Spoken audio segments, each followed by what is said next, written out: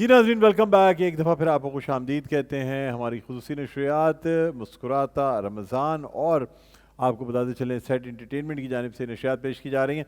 मुस्कुराता रमज़ान इस्माइल तो बनती है, हमारे चैनल की ये टैगलाइन है, और इस्माइल उसी वक्त बन सकती है जब इस्माइल लाने वाले हमारी स्क्रीन पर मौजूद हों या हमारी ज़िंदगी में मौजूद हों।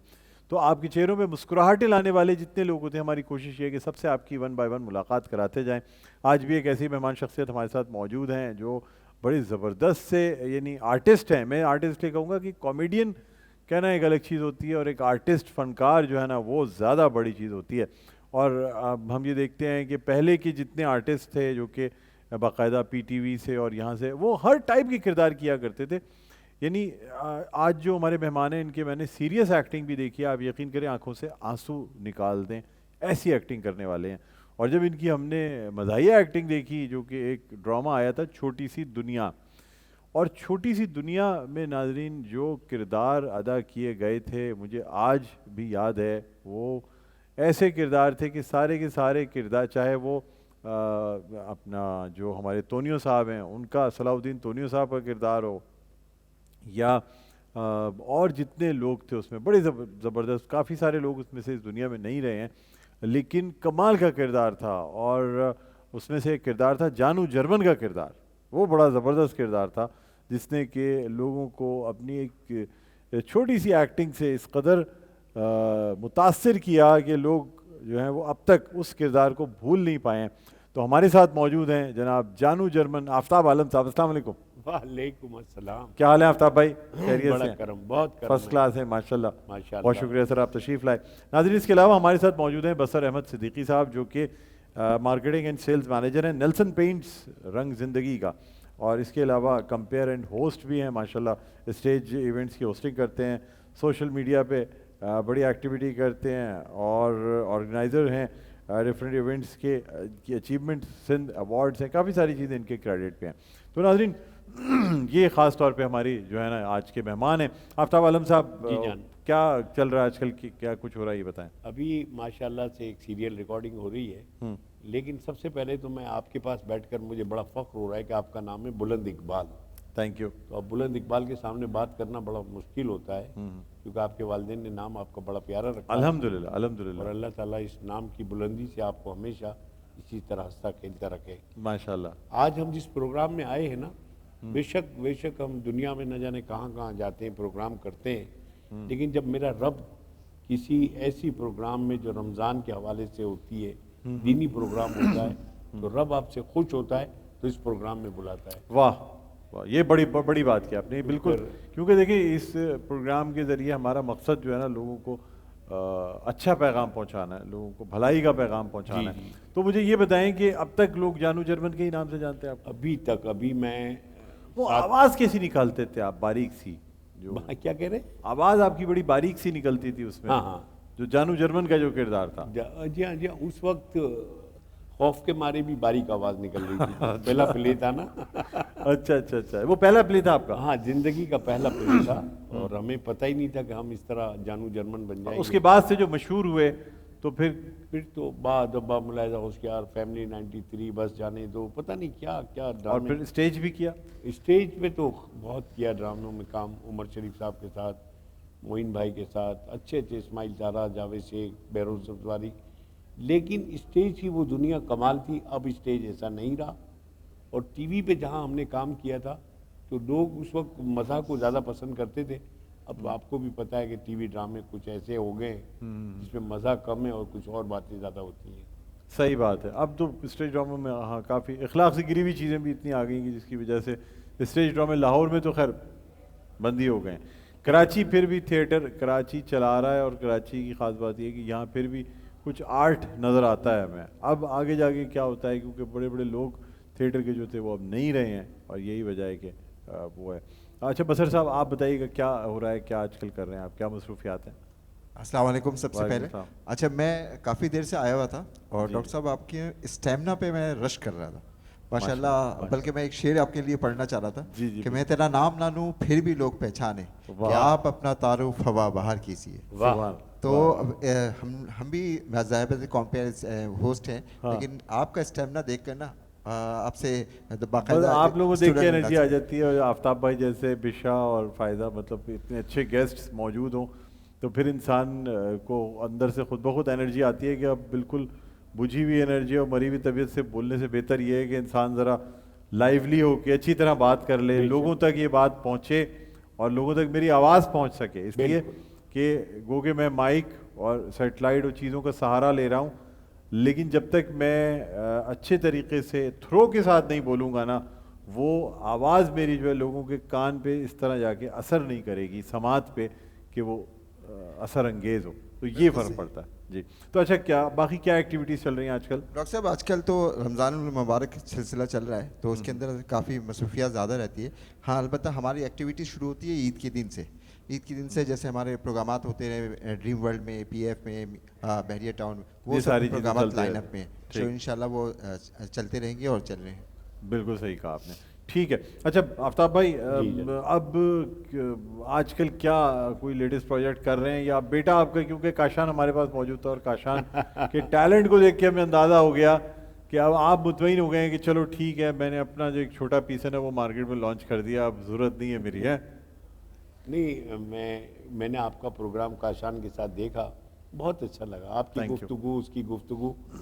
असल में एक बात बताता हूँ कि आपको एक छोटा सी बात बताता हूँ कि आपने सुना होगा कि माँ जब गोद में बच्चे को उठाती है तो यहाँ उठाती है, हाँ हाँ, सही बात। और यहाँ से उठाने के बाद कहती है देख तू जहाँ तक देख सकता है, और बाप अपने बेटे को कंधे पे उठाता कंधे पे है उठाता है। और कहता है मुझसे आगे देख। सही तो आज बात। मेरे रब ने मुझे ये मौका दिया है कि काशान मुझसे आगे देख रहा है। नहीं, माशाल्लाह माशाल्लाह, ये बिल्कुल आपने सही फरमाया। और ये तो बड़ी बड़ी अब आपकी अजमत का तो मुकाबला ही नहीं है, अल्हम्दुलिल्लाह। इसमें कोई और- शक नहीं है। दुनिया में इंसान अगर किसी को अपने से आगे बढ़ता हुआ देखना चाहता है तो सिर्फ उसकी औलाद है या वाह, उसका वाह। कोई शागिर्द है जो उसकी औलाद की तरह। इसके अलावा इंसान किसी को बर्दाश्त नहीं कर सकता कि कोई और शख्स उससे आगे निकले। बिल्कुल सही फरमाया आपने। चले, हम आप लोग हमारे साथ मौजूद हैं। बिशा, आपको खाने पकाने का शौक है? नहीं, कोई ख़ास नहीं? कोई खास नहीं। छोटा मोटा देख के कुछ, अगर आपको शायद कुछ बने, कुछ ऐसा नहीं है नहीं मुमकिन? बना लेती हूँ, बट शौक क्या नहीं। बना लेती आपने हैं? पूछा शौक है या नहीं, चले, वो शौक नहीं तो क्या बना लेती हैं? बददिली से क्या बना लेती हैं आप? अब ये नहीं पूछे, बना तो हाँ, मैं पहले बहुत कहा कुछ मैं बना लेती लेती हूँ। मैं बेवकूफ़ बहुत अच्छा बनाती हूँ, वो लेकिन बोला वो नहीं ज़बरदस्त डिश है जो कि मैं बना लेती हूँ। बाकी शौक से बना लेती हूँ। शौक से बनाती हैं? वो वाली वो वाली डिश शौक से बनाती हैं। बाकी अंडा वगैरह बना लेती हैं आप? ऑमलेट अच्छा बना लेती हूँ। ऑमलेट अच्छा बनाती हैं आप? हाँ, अच्छा माशाल्लाह, ये तो बड़ी बहुत मुश्किल चाय काम बहुत होता अच्छी है। हैं? बनाती हूँ। चाय बहुत अच्छी बना लेती हैं? ये मुश्किल काम है, हर किसी से नहीं बनती नहीं, चाय। चाय तो सबसे, देखिए, अगर आपको ऑमलेट बनाना आता हो और चाय बनानी आती हो तो आप साल साल जिंदा रहेंगे, देखिए, आप कम से हो कम गया भूखे ना नहीं बस। मरेंगे। एग्जैक्टली। सही बात है। बिल्कुल। ऑमलेट और टोस्ट तो जितना आदमी चाहे सुबह दोपहर शाम का चाय पीता रहे उसके साथ। लेकिन आमलेट बनाने में एक बड़ा फायदा है, हाँ। अंडे को फेंटना पड़ता है, फेंटना तो पड़ेगा, और जितना ज्यादा फेंटेंगे उतना अच्छा बनेगा। उतना ज़्यादा अच्छा होगा, जितना फेंटेंगे उतना बड़ा निकलेगा अंडा। सबसे बड़ी बात ये है कि एक अंडे से आप कोई 25 कबाब में वो अंडा लगा के तल देंगे, हाँ। जो हमारे बंद कबाब नहीं मिलते, बिल्कुल बारीक सी लाइन होती है, इसलिए वो इतना फेंटते हैं कि वो एक घंटा इतना बड़ा बन जाता है, फेंट के इतना झाग हो जाता है। चलिए, अच्छा बहरहाल, क्या ख्याल है, हम किचन, आफ्ताब भाई आप और बिशा, आपसे दरख्वास्त करूँगा कि ज़रा किचन में चलते हैं और देखते हैं कि शेफ़ फरा हमारी जो है वो क्या बना रही हैं। और भी बहुत से नाज़रीन हमारे साथ एक और बड़ी ज़बरदस्त से गेस्ट मौजूद हैं, पॉलिटिकल गेस्ट हैं, लेकिन उनको हम थोड़ी देर में एंटर कराएंगे, इसलिए कि पहले हम ज़रा ये किचन से फ्री हो जाएं, उसके बाद फिर बात करेंगे इनसे। आ जाएं जी। वहाँ पकाना पड़ेगा हमें कुछ? नहीं, अगर आप ऑमलेट बनाते आ जाए। पक जाइएगा, अच्छा। मतलब पकाइएगा नहीं। आ जाए तो थोड़ा सा अब देखते इस हैं। उम्र में पकना ही पड़ेगा। पकना ही पड़ेगा, हाँ, मुझे बस। यही लग रहा अच्छा, है आइए। कि पकाने से ज़्यादा आए। आप पक गए। जी Thank you. और आए लेडीज़ फर्स्ट। आप बिशा, आप आगे आए सबसे, और आइए इस तरफ से आए, ये आए। माशाल्लाह। आफ्ताब भाई भी हमारे साथ मौजूद हैं। जी, अस्सलाम वालेकुम। वालेकुम सलाम। आपको हम खुश आमदीद कहते हैं किचन में, बल्कि Welcome in the kitchen. आप हमें किचन में खुश आमदीद Welcome in the कहें। kitchen. जी, तो क्या हाल है शेफ़ फरा? अल्लाह खैरियत का से? शुक्र, आप कैसे ये हैं? हमारी मेहमान हैं जी, मैंने बुशरा, introduction सुना। और ये हमारे मेहमान हैं आफ्ताब आलम साहब। जी, इनको तो आपने देखा कौन हुआ नहीं होगा। जानता है। जी। इनका ड्रामा, जब ये मुझे बताएं कि जब छोटी सी दुनिया आया था, जी। तो क्या छोटी सी दुनिया जिस वक्त आया था उस वक्त आपने अपने होश में ये ड्रामा देखा है या नहीं देखा? नहीं देखा। नहीं देखा। नहीं देखा नहीं देखा।